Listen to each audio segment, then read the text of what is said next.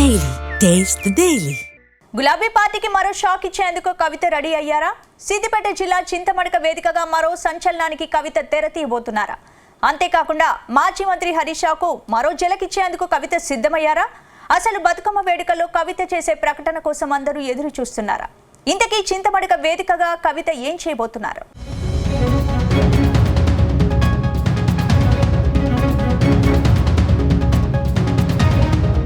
MLC కవిత party నుంచి suspend అయి 2 వారాలు దాటింది.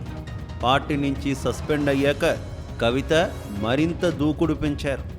త్వరలో జరిగే బతుకమ్మ పండుగ ఏర్పాట్లలో బిజీగా ఉన్న కవిత త్వరలోనే కొత్త పార్టీపై ప్రకటన చేసే అవకాశాలు ఉన్నట్టు తెలుస్తోంది.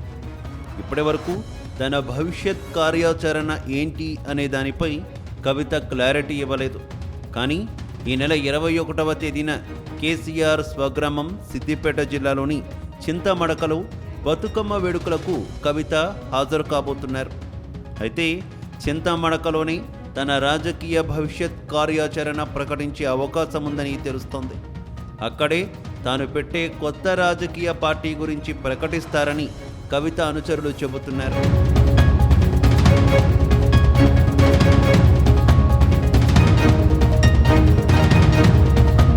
కొద్ది రోజుల క్రితం కవిత ఎపిసోడ్ గులాబీ పార్టీని షేక్ చేసింది. సొంత పార్టీకి చెందిన మాజీ మంత్రి, సిద్దిపేట ఎమ్మెల్యే హరీష్ రావు, మాజీ ఎంపీ సంతోష్ రావులను కవిత టార్గెట్ చేశారు. కవిత వ్యాఖ్యలతో పార్టీలో ఒక్కసారిగా దుమారం రేగింది. దాంతో కవితను పార్టీలో నుంచి సస్పెండ్ చేశారు. ఆ తర్వాత పార్టీలో అలజడి చెలరేగకుండా కేటీఆర్ రంగంలోకి దిగారు. మాజీ మంత్రి హరీష్ రావుకు సపోర్ట్ చేస్తూ ఎక్స్లో ట్వీట్ కూడా చేశారు. ఆ తర్వాత కవిత ఎపిసోడ్ను కేటీఆర్ లైట్ తీసుకున్నారు. అయితే పార్టీలో తనకు జరిగిన అవమానంపై కవిత రగిలిపోతున్నారు. అందుకే కొత్త పార్టీ పెట్టేందుకు రెడీ అయ్యారని సమాచారం. అందుకే సిద్దిపేట వేదికగా తన నూతన రాజకీయ పార్టీ ప్రకటిస్తారని ప్రచారం సాగుతోంది. ఒకవేళ కొత్త పార్టీ పెట్టకపోతే కవిత కాంగ్రెస్ లేదా బీజేపీలో చేరొచ్చనే టాక్ సైతం వినిపిస్తోంది.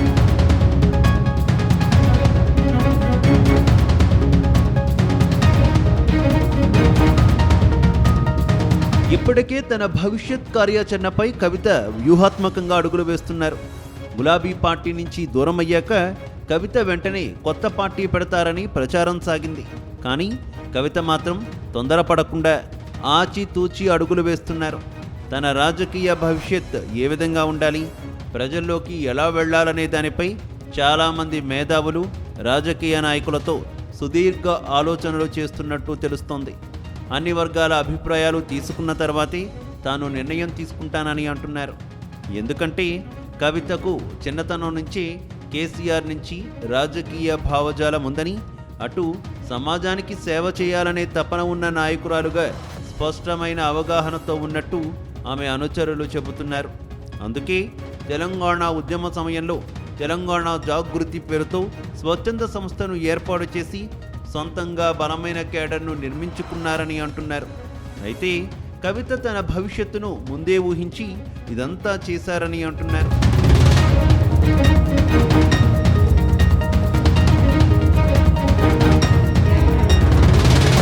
ఈ నేపథ్యంలోనే ఈ నెల 21వ తేదీ నుంచి రాష్ట్రంలో బతుకమ్మ ఉత్సవాలు ప్రారంభం కాబోతున్నాయి. ఈసారి బతుకమ్మ వేడుకలకు కవితను చింతమడక గ్రామస్తులు ఆహ్వానించారు. చింతమడక గ్రామస్తుల ఆహ్వానం మేరకు గ్రామంలో బతుకమ్మ ఉత్సవాల్లో కవిత పాల్గొనబోతున్నారు. అక్కడే కవిత తన సొంత ఊరు చింతమడక నుంచి రాజకీయ పార్టీ ప్రకటిస్తారని ప్రచారం సాగుతోంది. కవిత చాలా వ్యూహాత్మకంగానే హరీష్ రావు ప్రాతినిధ్యం వహిస్తున్న సిద్దిపేటను ఎంచుకున్నారని టాక్ వినిపిస్తోంది. ఇప్పటికే తెలంగాణ రాజకీయాలను సమూలంగా మలుపు తిప్పిన చరిత్ర సిద్దిపేట గడ్డకు ఉంది. తొలి తెలంగాణ ఉద్యమం 1969లో సిద్దిపేటలోనే మొదలైంది. ఆ తర్వాత 1971లో ప్రత్యేక తెలంగాణ సాధన పేరుతో ఎన్నికల్లో పోటీ చేసిన అనంతుల మదన్ మోహన్ ఘన విజయం సాధించారు. ఆ తర్వాత తెలంగాణ ప్రజాసమితి పేరుతో ఏకంగా 11 మంది ఎంపీలు గెలుపొందారు. దాంతో తెలంగాణ ఉద్యమానికి సిద్దిపేట గడ్డ పుట్టినిల్లుగా మారింది. అందుకే సిద్దిపేట ఉద్యమాల గడ్డగా చరిత్రకెక్కింది. అందుకే కవిత కూడా తన సొంత పార్టీని సిద్దిపేట గడ్డపై నుంచి ప్రకటించేందుకు రెడీ అవుతున్నారని తెలుస్తోంది.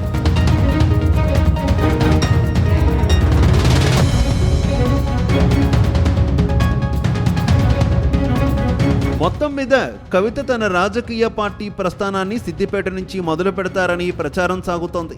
అది నవ తెలంగాణ నిర్మాణం కోసం సిద్దిపేటని అడ్డాగా కవిత ఎంపిక చేసుకున్నారని అంటున్నారు. మరోవైపు సిద్దిపేట నుంచే వచ్చే అసెంబ్లీ ఎన్నికల్లో కవిత పోటీ చేసే అవకాశాలు ఉన్నాయని అంటున్నారు. ఒకవేళ అదే జరిగితే సిద్దిపేటలో హరీష్ రావు వర్సెస్ కవితగా పోరు సాగే అవకాశం ఉందని అంటున్నారు. ఏది ఏమైనా కవిత ఏం చేయబోతున్నారు అనేది తెలియాలంటే మాత్రం ఈ నెల 21 వరకు ఆగాల్సింది అంటున్నారు పొలిటికల్ పరిశీలకులు.